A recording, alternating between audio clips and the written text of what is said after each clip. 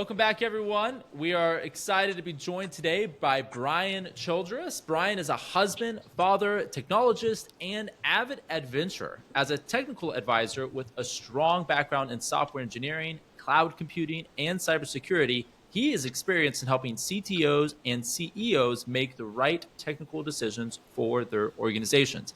He understands the challenges that leaders face when it comes to technology. That's why he takes a pragmatic approach, focusing on delivering tangible results that have a real impact on business performance. By leveraging his deep understanding of the technology landscape and his experience working with startups and established organizations alike, he is able to provide valuable insights and guidance that help drive strategic decision making. Brian, welcome to the studio. How are you doing? Welcome. Great to be here, guys. Yeah, looking forward to chatting with you. This is really going to be cool because as someone who is really technologically experienced, I think you provide some unique perspectives to what you're doing for the various companies that you've worked with and how you can help provide good insights and tangible results there. So I'm really looking forward to talking with you today. I want to start off like we do with all of our guests with some kind of quirky icebreaker questions. So we'll get off to the races with those. So Brian, what's the most random fact that you happen to know that always seems to surprise people when you when you share it? Most random fact that I know. I remember in high school, I worked at a hardware store, right? Just a small mom and pop hardware store. And we would have to move bags of cement. And there's a type of cement that weighs 94 pounds. Okay. Oh, wow. Oh, I have one. That's great. I have one. If you were to live in the coral reef, which type of coral would you be? Like, what kind of condo would you want to set up as like a fishy in there? What are the ones that are, purple and cylindrical and look like they're out of the scene of a Dr. Seuss book? Yep. Whatever that one is called. That's where I know none of the names. I know exactly what you're talking about, though. I know what you're talking I'm about. down with that. The purple cylindrical ones. That's We'll look up the like an we'll look octopus up the or something. That sounds cool. technical name. So, if you could invent a new holiday, if you might have a name for it, you might not. But what would it celebrate? What would it be? What would it be for? I got to say, man, I'm a huge pizza fan, and there may already be a national holiday, but I would make a national holiday for pizza, purely focused on pizza, breakfast, lunch, and dinner. We don't go to work. We just go and celebrate with family and friends. Okay. I love that. Pizza. What like a filet pizza on the grander pizza discussion? Like, where are you? Are you like a New York guy? Are you a deep dish? Like, what's your style preference there? That's a good question. I'm more a little bit Western. I'll eat a good New York slice, but I prefer something a little bit thicker, but not quite to a Chicago level. Deep dish is a little too much for me. Deep dish is too much. Okay. Too much. I gotcha. Yeah, it is a lot. Yeah. They're like that. They're like a pie's worth. It's eating a lasagna, really. It is pretty funny because I had some family that went over. My sister has been married and lived in France for years, so she's traveled all over Europe. She had some extended family come over to visit, and they ended up in Italy, and they're like ordered pizza, and they're like, this pizza is nothing like the pizza where you stayed. It's like on this cracker thin crust, like nothing resembles American pizza. It's like, yeah, we sort of implemented some changes somewhere across the ocean. Things got switched up a bit. So yeah. That's great. Well, Brian, it's great having you on today. I'd love to start off. I read some of your background and kind of what you're doing now. I'd love to hear a little bit before we jump into some in-depth questions. How did you get here, right? So what led you up to this point? Give us a story of where you started off, where you're in Richmond, Virginia now. Is that where you're from originally? What got you to the role that you're in now, where you're working with a variety of companies in this technological aspect? And what's how that take place? Yeah, absolutely. So I am originally from Richmond, Virginia, or really the country just outside of Richmond. And the path for me to get to where I am now was not a straight or a smooth path by any means. I actually went to undergrad for a degree that was not technology related at all. Okay. I took the advice to follow your passion. You'll never work a day in your life. And so, as an avid adventurer, I love, whitewater rafting and mountain biking and rock climbing and all of these adventure activities. I went into actually guiding and uh, guided people, for the first time. They're taking on some of these huge adventures and really pushing themselves out of their comfort zone. And I loved the work that I did. I really, really enjoyed all of that work. And I found what I was looking for wasn't there. I needed something a little bit more challenging, or challenging in a different way. So I went back to school, and then got into computers there in graduate school. Before then, my roommate always had to come and fix my computer or help me, turn it back on or whatever. I was just not technological. But when I went into graduate school, I really found that that was my passion. I really, really got Wow. excited about it. And so beyond graduate school, got into the software engineering world. And I found myself really quickly not only working, kind of a 9 to 5 job with various corporations, large or small. I was also spending a ton of time outside of work, just learning more and more and more about technology. And that's when I really started my first company. Was I wanted a way to be able to do some consulting as a way to really push myself from a technological standpoint. And so I created a company. I started with making simple websites for wedding venues and insurance offices and just random Hmm. things. But I really credit a lot of that early work for teaching me a lot of the things that now I leverage every single day, working with a number of different clients in a fractional CTO capacity. That is interesting. I don't know how many technically proficient people I know that would say, yeah, I got started in graduate school really interested on the technological side. Usually it's like, oh yeah, I was building computers when I was a kid, and so that is interesting that you had such a shift, seemingly, kind of later than, I mean, on any of the programmers that I know for sure. So that's fascinating. So as a technical advisor, where you're working with so many different CTOs and CEOs, I'm curious, like, what's maybe one, maybe not the most, but a couple of the common challenges that you see these leaders facing when it comes to technology? How are you specifically helping them overcome some of those big things that maybe are commonplace? One of the big things that I help out with is in working with a non-technical CEO, somebody that just doesn't have that background. They are having challenges with how do I bring my idea to life? How do I create it? What does that look like? Do I go and hire Mhm. a development agency somewhere? Do I hire them? Whether they're here or somewhere else in the world. What does that look like? And a lot of times where I typically come in and help from an advisory standpoint is after we made some mistakes in those early days, and I come in and do a lot of really cleanup of, hey, we hired a bad development agency. The Mm, thing that we paid a ton of money for actually doesn't work, or it was never delivered. mm, The thing that we paid a bunch of money for actually doesn't scale. And really, that's where I tend to specialize. Is once they've built something, it's when it needs to scale, when we need to add more users, when we need to grow the development team. That's when we run into a ton of issues. And that's usually when I come in and really start to assist. okay. So do you work like almost entirely with non-technical founders? Is there a mix where, like, maybe a technical founder, but they're growing as a company and now they need to outsource some of that support in like a fractional CTO role? Is a little bit of both? How does that typically look? Yeah, I would say most of my clients are typically 80% are non-technical. So they don't have that Okay. background. They've gone out and, found a developer on Upwork, or they've hired a development agency somewhere. Worst case scenario, they hired their cousin's brother, who, is now, their technical person. And so a lot of times I'm working with non-technical people helping to guide the technology that they already have in place. But Hmm. there are certainly times where I'll work side by side with a CTO that's already in the organization that's having challenges with that next level. Sure. So a lot of early stage technical people in startups and in businesses, they hit a certain ceiling where their expertise, is very limited. They need to move more into a leadership or more into a strategy capacity. And so then Yep. I'll come in and coach them and work with them more one on one or in a small group. Yeah.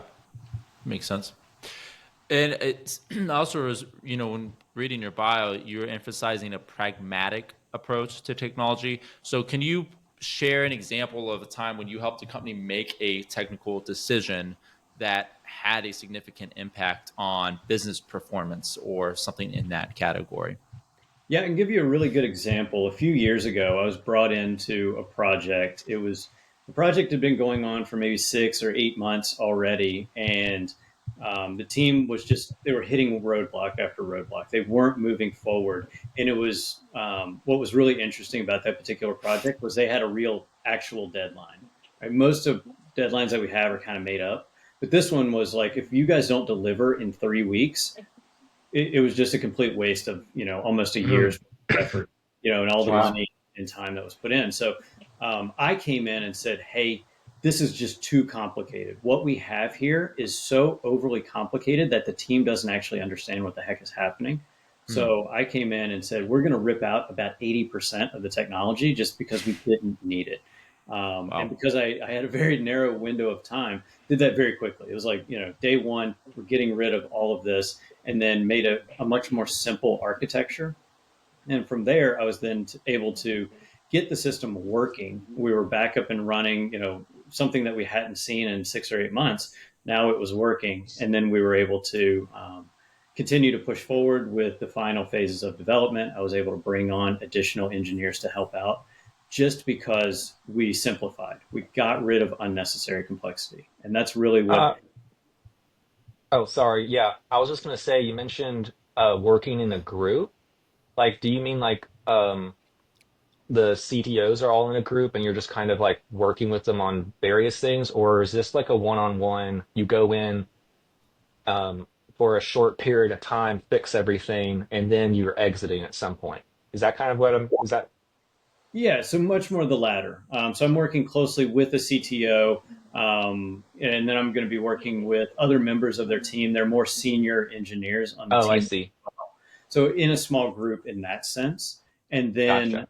um, you know get everything in place, get the processes, get the leader to where they need to be, and then yeah, I kind of back away and can stay in an advisory capacity, but it's less of a day-to-day type of engagement at that point. So you basically bring like the organization kind of toolkit box that you can just come in and be like, you don't need all this redundant stuff. Here's like the blueprint that you guys need for this. Just follow this method and I'll teach you how to do it and train your team how to do it type of thing. To some degree, I've got a big playbook that I bring with me that's got templates and tools and all sorts of resources. But what I find is I'm not able to always just say, this is how we do it, because I have to Mm, adjust based on the maturity of the organization, the maturity Hmm. of the team. So I that makes have to sense. and processes that make sense for them at that time. And then eventually, we can get to a place where, maybe it's a bit more well defined, but it's a bit of a bumpy road to get there sometimes. So that kind of like that was what I was wondering is if you're working with both startups and established companies, right? You have a pretty wide difference there in the size of the company, what the challenges they're experiencing.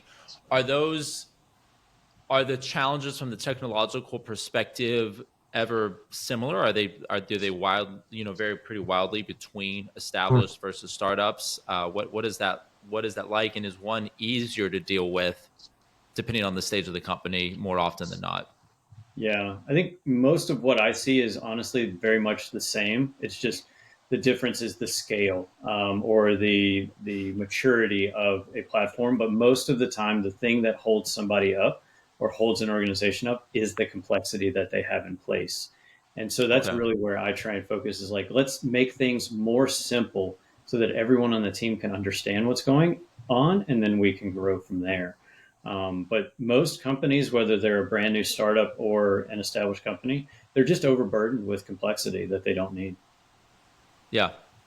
So this is interesting. So You're kind of we spent a lot of time in the show talking about chaos, right, and how chaos affects everybody that's in business at some stage, right, Hmm. whether you know early or late stage, whatever it is. So you're almost like a chaos organizer, right? You're coming in to sort of help deal, at least on the technological front, like things aren't working. Here's how we can fix them. So what does that look like in terms of you personally doing this? What are some challenges that you have faced in developing this fractional CTO and the services that you're providing all these other companies? Has it kind of come pretty naturally to you? Have you had to get inventive with the various stages of how you're getting that business going and soliciting customers? What was the development there for you in getting this up and running? Yeah, it's definitely been a very bumpy path to get here. I've had a lot of lessons learned, and I'm really glad that I started doing a lot of this type of consulting work early on in my career, and maybe 12, 15 years ago. I started my first consulting agency, right? And I called it a consulting agency. I was maybe making $3,000 a year, right? I wasn't making much. But Mm-hmm. in that, I learned those processes of what is a customer looking for? What do they find value in? What are the areas that I can really start to focus technologically? And one of the bigger challenges that I'm finding for myself and then others I talk to in the industry now is there's this concept of a fractional person, executive or leader coming into an organization. That's a very new and hard to grasp concept, honestly, because it's, Hmm. oh, you're a consultant or you're part time. Okay, I get it, Mm. but that's not necessarily the case. And so I think even just the terminology we use to describe ourselves and to our customers is confusing and challenging. Yeah, that makes sense. What is this? What does this look like in terms of obviously this the technological landscape is evolving so rapidly with changes that we're seeing in real time. I don't even like to use the words AI anymore because like they seem so cliche at this point and like ever present.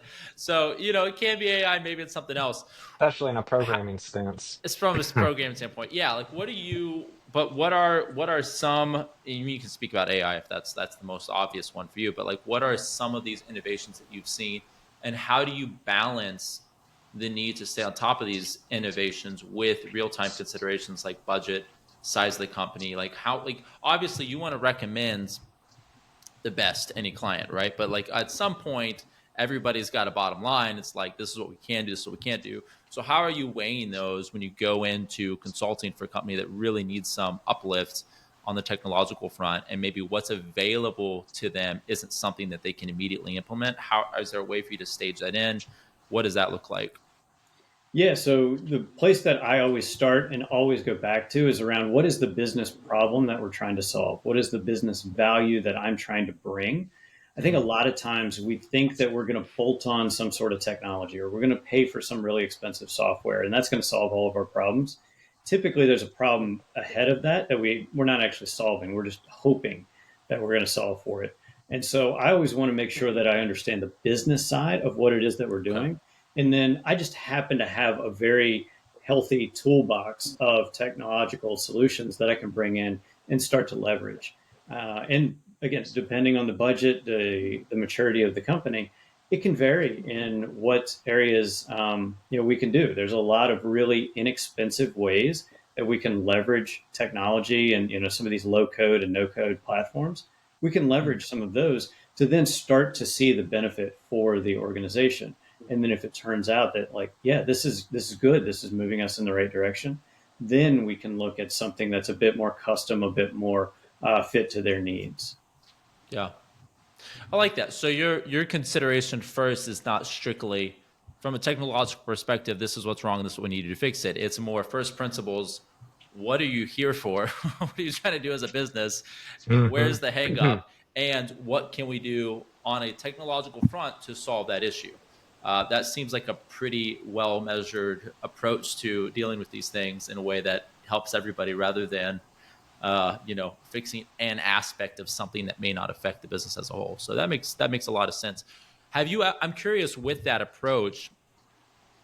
I'm guessing this hasn't happened if you're like a fractional CTO, but I'm just curious, like, has there ever been a consulting episode where you come in and the business problem that they thought was technologically related ended up maybe being something that was kind of outside of your scope as a CTO? I'm like, hey, this isn't actually the problem. Like your business isn't failing here strictly on, there's actually a bigger problem that's not technological.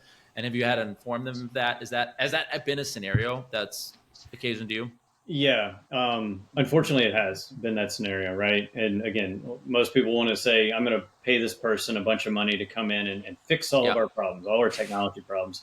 Oftentimes, it's much more cultural. It's much more systemic of a Okay. problem that we're trying to Hmm. solve, and we're just, technology is some sort of band-aid duct tape solution that's just not going to work. Mm, And that's a hard thing for leaders to recognize, especially yeah. as organizations grow. They tend to um, try and still do things the way that they had been doing, really, really scrappy, really, really, or, the inverse of where they just like expect somebody else to take care of it and they're not in the day to day. They aren't aware of what's going on in their business and the direction teams are taking.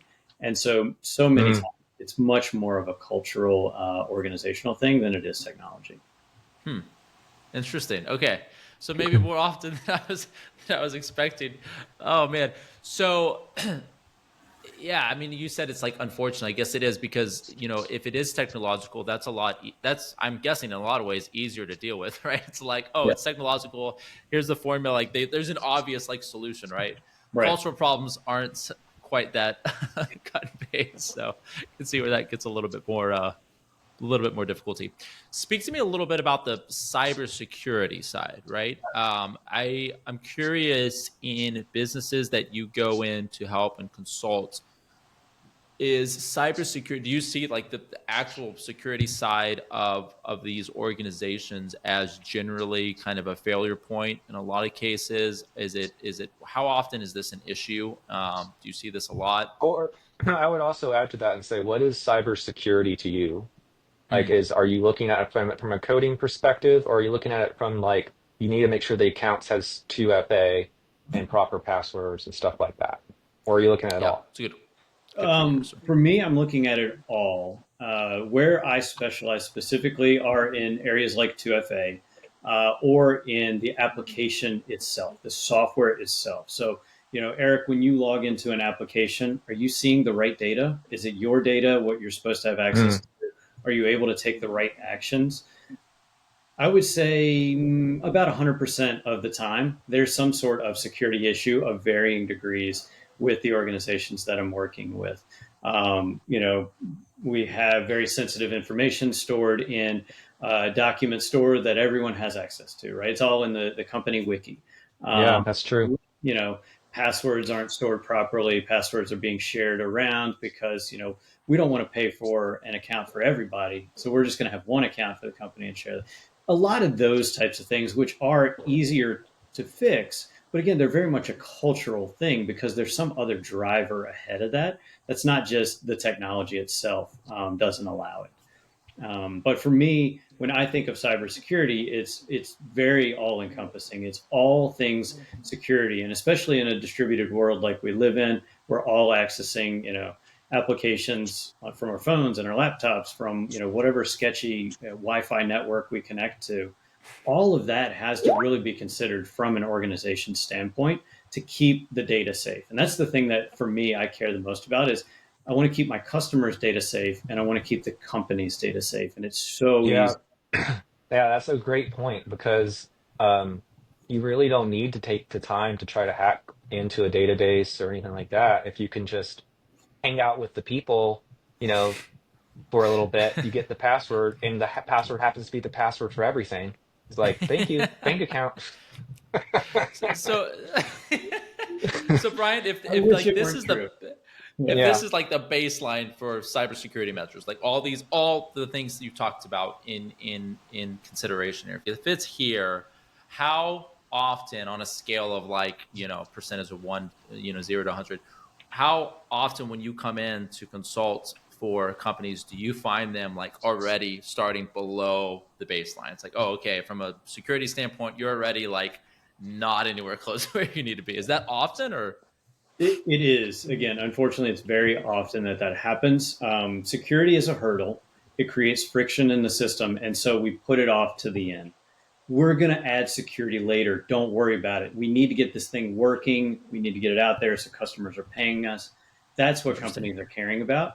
And unfortunately, it's not until there's an incident, there's a big issue, that security all of a sudden has the time, has the budget to be able to invest. And it happens in a lot of organizations. That makes sense. It's like no one's paying for flood insurance until there's a flood. So you need it, right? Right. It's like, heck, what are we doing for this? Oh, that's great. Um, Tell us a little. I'm going back a little bit. You said you're an avid adventurer, and that's kind of where you started off in guiding, right? And working on that aspect. So, is that still something? This just for me personally, is that still something that you do a lot of?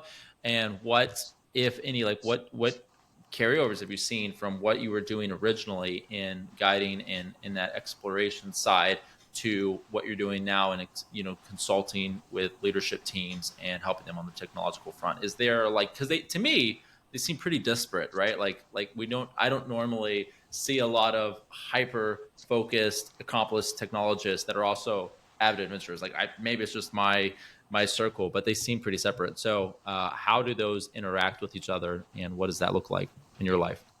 Yeah, so I was honestly pretty surprised a few years ago when I started to realize how much of an overlap there was between the work I was doing as a guide and the work I'm doing now in technology and guiding some of these organizations.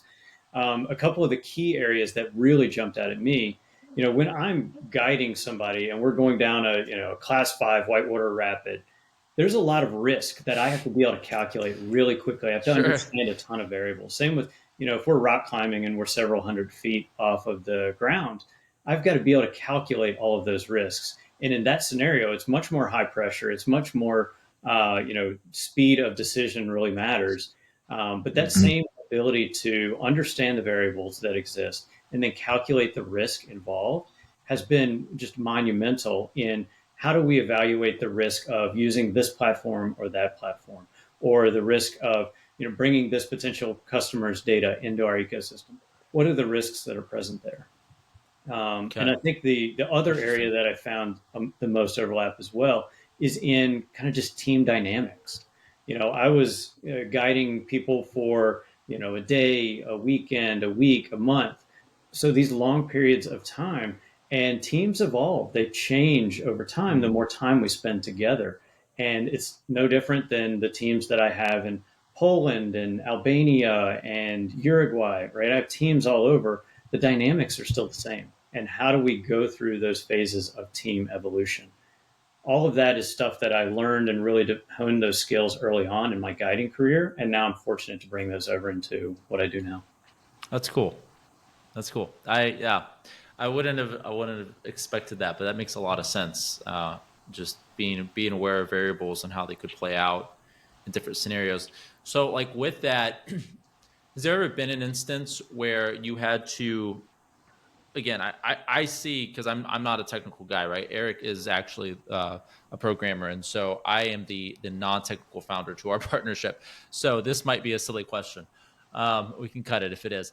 But has there ever been when you're consulting, as we know some of these teams in your role as coming as a fractional CTO, when maybe there wasn't a clear right answer, right? Especially if like it's like, okay, this is in my wheelhouse, like it's a technological problem, but I'm not positive this is the definite for sure thing that will do it. I have a pretty good feeling about it, but you need to push the leadership to that direction, right? And maybe they're looking for a black and white, like I want this, I need this or not, and you're like, well, I'm pretty sure it's this. I could be wrong, but you really need to go this direction. Has that been a scenario that's played out in your work, and how do you get people to move the right direction when it maybe seems like they're not even convinced this is definitely the way we need to go right now? Yeah, it's something I do contend with a lot. It's something I run into.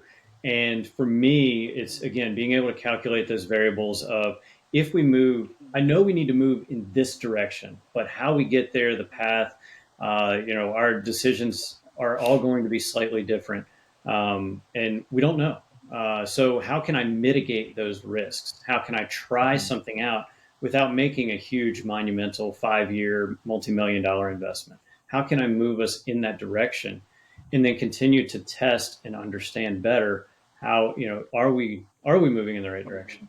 And I think it's important for me too to bring that up to leaders. Yes, leaders would love to have a black and white, here's what we're going to Yeah. do, let's go get them.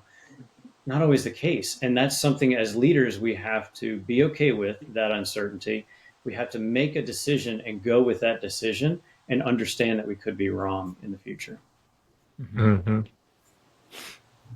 As a black and white And person hopefully myself, pivot I too. definitely, yeah, I prefer black and white answers as many things as I can get to. So, yeah. But a lot of that is driven too by years of experience, leaning on my network, asking other people, hey, this Mm-hmm. isn't a problem that I've solved specifically before. What would you do in my scenario? And then, this is Sure. what I'm thinking. I mean, especially as we become higher and higher leaders, we have to lean on others outside of our own network because otherwise Yeah. we're just very lonely. We don't know how to make those decisions on our own. True. We've got to lean on our resources. Yep.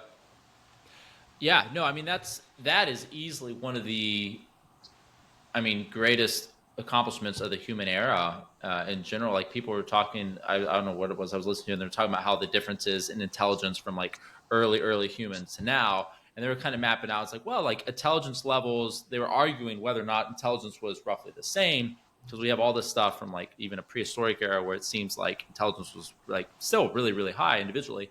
It's like, yeah, the individual intelligence is not what the greatest difference maker is. It's that we have a collective intelligence we can draw on now from Hmm. being connected that way supersedes one individual genius who like came up with something. Like you have geniuses throughout history for sure, but it's the fact that you and I can actually go read the works of these geniuses and they're readily accessible, and then we can talk to a different 100 people about it. So I think, yeah, being able to go outside of yourself in anything is tremendously helpful because you're just tapping into a bunch of resource that you could never fully possess just in yourself.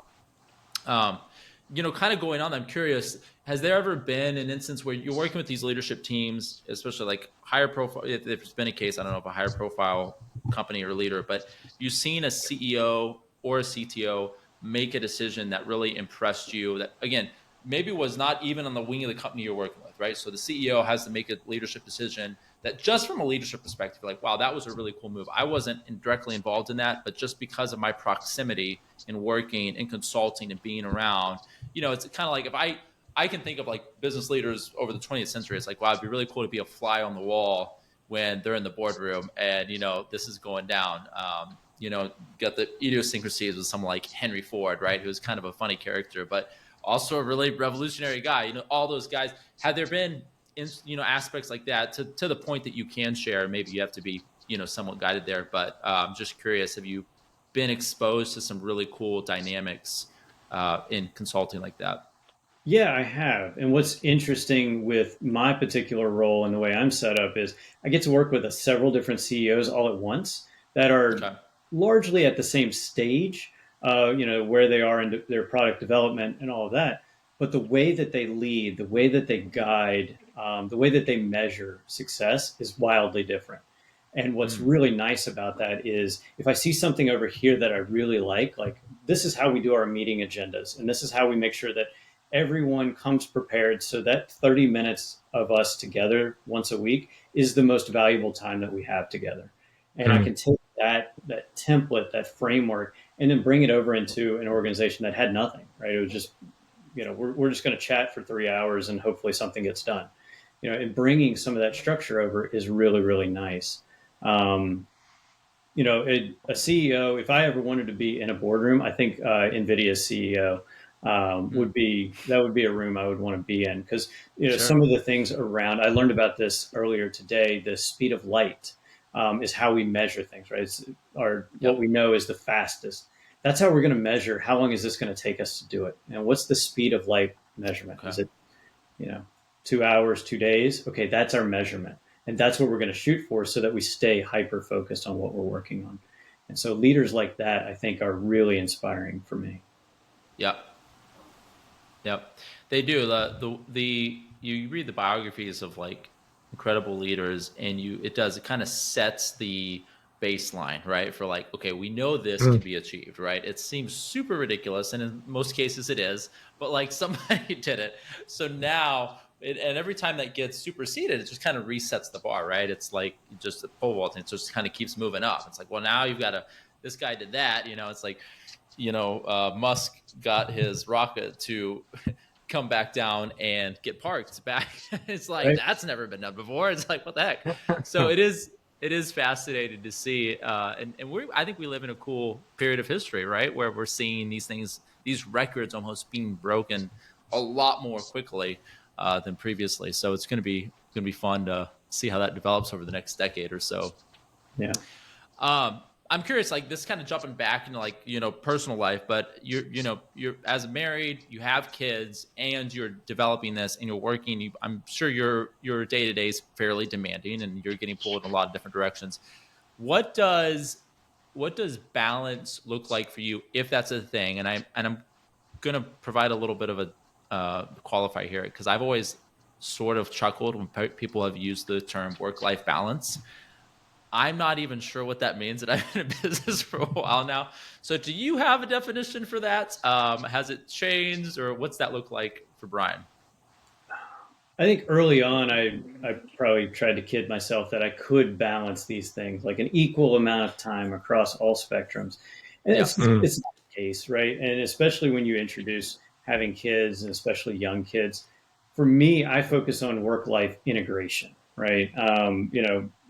My daughter might run in here in the middle of a meeting, right? Super important, and it's integrating that life, because we're all humans, right? We all have a Mm, life outside of the work that we're doing. So for me, it's really about owning my schedule is a key piece of it, especially because I'm jumping between projects even throughout the course of a day. Staying hyper organized, leveraging resources. AI is becoming much more a part of my daily workflow and being able to help me keep organized and keep on top of things that before were just a stack of papers that just were shuffled about. Now I'm getting the systems in place with the goal of continuing to be able to help more and more organizations just because I have the capacity. yep, that makes sense. Yeah, it's almost someone I was talking to a while ago is like, it's just it means a lot. I think it was actually Devin Gonzalez when we were talking with him. He's like, a lot of it was just bringing kind of like you said, my family into the picture and like communicating with them, like this is what I'm doing, but also like I want you to be aware, I want you to be informed, and your spouse like being part of those decisions, and not over compartmentalizing where it's like, hey, I can't do anything right now that involves family because I'm totally just involved in work, and seeing them as like totally separate things, but actually integrating that, like you said, is very helpful and probably a healthier way of going through things in general. So Probably. Yeah. probably, yeah. Although I Well, did Brian do is. that at the very beginning. So, Oh but I yeah. regret Oh, it oh now. we all did, I think, at some point, right? And I think actually, I don't know about you guys, but for me, it's that is my tendency. That's my default mode. So I actually am slipping into that more often than anything. And it's Same. when I'm really well adjusted, I'm aware of it and I'm not doing it. But if you just like leave me alone, I'm totally compartmentalizing. And like you might hear from me in a week, you might not, but like when I get the same done, I'll check in. So yeah, that's good stuff. Brian, tell me what you think, one thing about technology that you think all leaders should know about, regardless of their industry or their background, where they're at in a company. Just what's something they all need to be aware of and come to terms with, based on what you've done at this point. And technology is such a key component of the way we live, the way we work, and it's only going to become more integrated than what it already is, and it's going to become more personalized as well. So Mm, I'm not one of 3 million people or however many that Netflix has. When I log into that platform, it's unique to me and mm, my experience and my, the things that I'm looking for.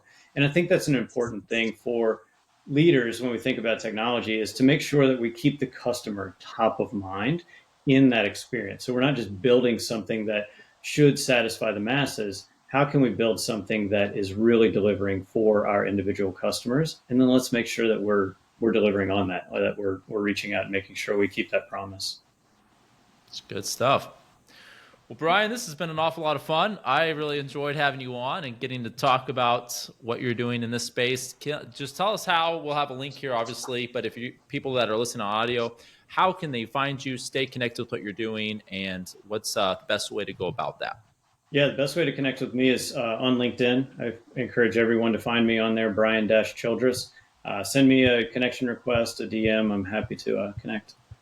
Awesome. Great. And Awesome. we will hopefully hear from you down the road. We'll tread back and see how things are going at a later point. And appreciate you being on the show today, and hope you have a great rest of your week from here. Thanks for having me. Cheers. Ciao. Awesome. Thanks.